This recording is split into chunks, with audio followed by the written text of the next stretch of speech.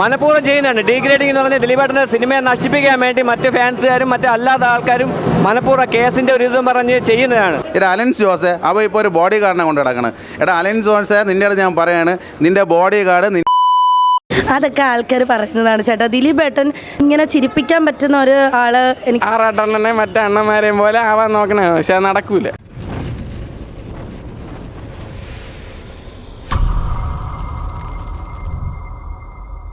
വലിയ ഇതല്ലായിരുന്നു. കുഴപ്പമില്ല, കണ്ടിരിക്കാം. വലിയ ഗുണമൊന്നുമില്ല. നന്നായിരുന്നു. നല്ല പടം. ദിലീപേട്ടൻ കലക്കിന്ന് തന്നെ പറയാം. ദിലീപേട്ടൻ്റെ വൻപിച്ച തിരിച്ചുവരവ്. പിന്നെ ഡീഗ്രേഡിംഗ് ഒന്നും ഈ പടത്തിൽ നടക്കൂല. പടം അത്രയും വേറെ ലെവലാണ്. മനഃപൂർവ്വം ചെയ്യുന്നതാണ്. ഡീഗ്രേഡിംഗ് എന്ന് പറഞ്ഞാൽ ദിലീപേട്ടൻ്റെ സിനിമയെ നശിപ്പിക്കാൻ വേണ്ടി മറ്റ് ഫാൻസുകാരും മറ്റ് അല്ലാത്ത ആൾക്കാരും മനഃപൂർവ്വം കേസിൻ്റെ ഒരു ഇതും പറഞ്ഞ് ചെയ്യുന്നതാണ് ദിലീപേട്ടനെ തകർക്കാൻ വേണ്ടി. പക്ഷേ ഈ ഒരു പടത്തിൽ നടക്കില്ല മക്കളെ, നടക്കില്ല. ഒരു സിമ്പിൾ ഫൺ പടം.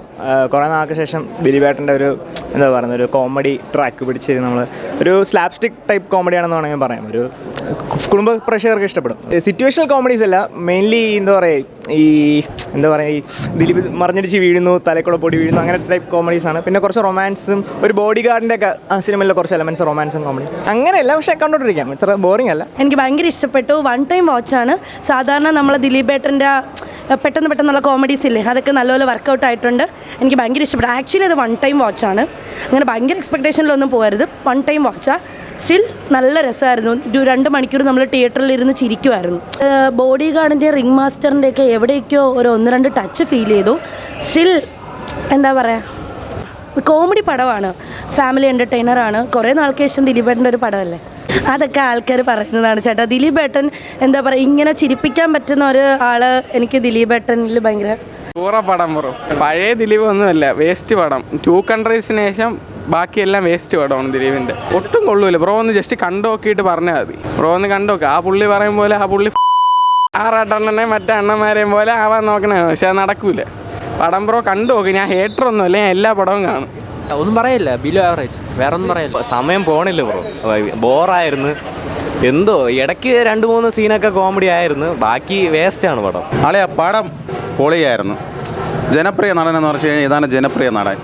നമ്മുടെ കുടുംബ പ്രേക്ഷകരെ നമ്മളെ ചിരിപ്പിക്കുകയും നമ്മളെ കരയിപ്പിക്കുകയും വീണ്ടും സന്തോഷിച്ച് കൊണ്ടുവരികയും ചെയ്യുന്ന ഒരേ ഒരു നടൻ എന്ന് പറഞ്ഞാൽ മലയാളത്തിലെ ജനപ്രിയ നടനാണ്. പല പാവപ്പെട്ടവർക്കായിരുന്നാലും എല്ലാവർക്കും ഓരോ സഹായങ്ങൾ ചെയ്യുന്നതും. അതുപോലെ തന്നെ നമ്മുടെ ഈ സിനിമയിൽ ധർമ്മജനുണ്ട്. ധർമ്മജന് കുറേ നാളുകൊണ്ട് അവന് പടങ്ങളും കാര്യങ്ങളൊന്നുമില്ല ധർമ്മജന്. ആ ധർമ്മജനെ പുള്ളി കൊണ്ടുവന്നിട്ടുണ്ട്. പിന്നെ അതുപോലെ ഒരുപാട് റീൽസൊക്കെ ചെയ്യുന്ന ഒരുപാട് ആൾക്കാരെ പുള്ളി കൊണ്ടുവരുന്നുണ്ട്, എല്ലാവരും കാണുന്നുണ്ട്. ഞാൻ പല പ്രാവശ്യം ദിലീപേട്ടനെ കാണാൻ വേണ്ടി ഞാൻ ആഗ്രഹിച്ചിരുന്നുണ്ട്, പക്ഷേ ഇതുവരെയായിട്ട് നടന്നിട്ടില്ല. ഈ റിവ്യൂ ആണെന്നെങ്കിലും ദിലീപേട്ടനെ എനിക്ക് കാണുന്നത് വലിയ ആഗ്രഹമാണ്. അതുപോലെ തന്നെ പിന്നെ ഈ ജയിലർ എണ്ണ എന്ന് പറയുന്നത്, ദിലീപേട്ടൻ്റെ പടം കണ്ടു കഴിഞ്ഞാൽ ഈ ജയിലർ എണ്ണ വന്നെന്ന് പറയും, അത് കൊള്ളൂല, ഇതാണ് മറ്റെണ്ണം പറിച്ചത്. എന്തിനാണ് ഈ ജയിലർ എണ്ണ എന്നത്? ആരാണ് കൊച്ചിയിൽ നിന്ന് വന്നത്? അവൻ്റെ സംസാരം എന്തെന്ന് അറിയാമോ? അവൻ വന്ന ഉടനെ കുറേ വാരി വലിച്ച് തിന്നുകൊണ്ട് വരും. ആ തിന്നു വലിച്ച് ആ വായും കൊണ്ട് വന്നിട്ട് ആ സിനിമ അങ്ങനെ ആവാദം പറയുക. എടാ നിനക്കൊക്കെ ഇത് മനഃപൂർവ്വമായിട്ടാണ് ചെയ്യുന്നത്. കാര്യം എന്ന് വെച്ച് കഴിഞ്ഞാൽ നമ്മുടെ മലയാള ഇൻഡസ്ട്രി എന്ന് പറയുന്നത് നമ്മളെ ദിലീപേട്ടൻ്റെ കയ്യിലായിരുന്നു വരുന്നത്. ദിലീപേട്ടനെ മനഃപൂർവ്വം ഓരോന്ന് പറഞ്ഞ് പെണ്ണ് കേസും അതെന്ന് പറഞ്ഞ് ഈ പെണ്ണ് കേസ് അതെന്ന് പറയുന്നത് എനിക്ക് ഒരു കാര്യമേ പറയാനുള്ളൂ. ഞാൻ കണ്ടിട്ടില്ല എൻ്റെ കണ്ണുകൊണ്ട്, ഈ പറയുന്നവരാരും കണ്ടിട്ടില്ല. നിങ്ങളെ കണ്ണുകൊണ്ട് കണ്ടത് മാത്രം നിങ്ങൾ കണ്ട് നമ്മൾ മനസ്സിലാക്കിയിട്ട് സത്യമായിട്ട് പറയാം. നിങ്ങൾ ആരെങ്കിലും കണ്ടോ ദിലീപേട്ടൻ തെറ്റ് ചെയ്തിട്ടുള്ളത്? കണ്ടില്ലല്ലോ. പിന്നെ എന്തിനാണ് സംസാരിക്കുന്നത്? വേറെ ഏതെങ്കിലും നടന്മാർ നിങ്ങൾ തെറ്റ് ചെയ്യുന്നുണ്ടല്ലോ, ഇഷ്ടംപോലെ നടന്മാർ തെറ്റ് ചെയ്യുന്നുണ്ടോ? ഇപ്പം ഞാൻ കാണുന്നുണ്ടോ? എനിക്കാരും കുറ്റം പറയാൻ പറ്റില്ല. കാര്യം എന്താണ്? എൻ്റെ കണ്ണുകൊണ്ട് ഞാൻ കണ്ടിട്ടില്ല. നല്ലത് തന്നെ പറയും. കുടുംബ പ്രേക്ഷകൻ എന്നും കുടുംബ പ്രേക്ഷകൻ തന്നെയാണ്. ജനങ്ങളുടെ ജനപ്രിയ നടൻ തന്നെയാണ്. ആ ഒരു പട്ടം ഇനി വേറെ ആർക്കും ഇനി കിട്ടൂല, ആരും എടുക്കാനും നോക്കണ്ട. ദിലീപേട്ടൻ്റെ കോമഡികളൊക്കെ അതിഗംഭീരമായിട്ടുള്ള കോമഡിയായിരുന്നു. സത്യം പറഞ്ഞു കഴിഞ്ഞാൽ ചിരി സത്യം പറയാൻ എൻ്റെ വലിഞ്ഞരമ്പോൾ വരെ പൊട്ടിപ്പോയി. സത്യം പറയല്ല, കൊള്ളായിരുന്നു കേട്ടോ. നല്ല കോമഡി എന്ന് വെച്ച് കഴിഞ്ഞാൽ ആദ്യം തൊട്ടും അവസാനം വരും. ഇടയ്ക്ക് സെൻറ്റിമെൻറ്റ്സും പിന്നെ കോമഡി. ദിലീപേട്ടൻ്റെ പടം എന്ന് പറയുന്നത് കോമഡിയാണെങ്കിൽ അതിൽ നമ്മുടെ ഒരു കുടുംബം എങ്ങനെയാണ്, ഒരു സാധാരണപ്പെട്ട ഒരു നിഷ്കളങ്കനായ ഒരു മനുഷ്യൻ്റെ ഒരു സ്റ്റോറിയാണ് ഇതിൽ വന്നിരിക്കുന്നത്. റൊമാൻറ്റിക്കലെന്ന് വെച്ച് കഴിഞ്ഞാൽ അണ്ണം പൊളിയാണ് കേട്ടോ. ദിലീപേട്ടൻ ഞാനൊരു കാര്യം പറയാം, എല്ലായിടത്തും പറയാണ്, ദിലീപേട്ടനോട് അഭിനയിക്കും പോലെ ഏത് പെണ്ണ് അഭിനയിച്ചിട്ടുണ്ട്? എല്ലാ പുതുമുഖ നടിയന്മാരും ദിലീപേട്ടനോടാണ് അവസരങ്ങൾ ചോദിക്കുന്നത്. എന്തുകൊണ്ടാണ്? ദിലീപേട്ടനോട്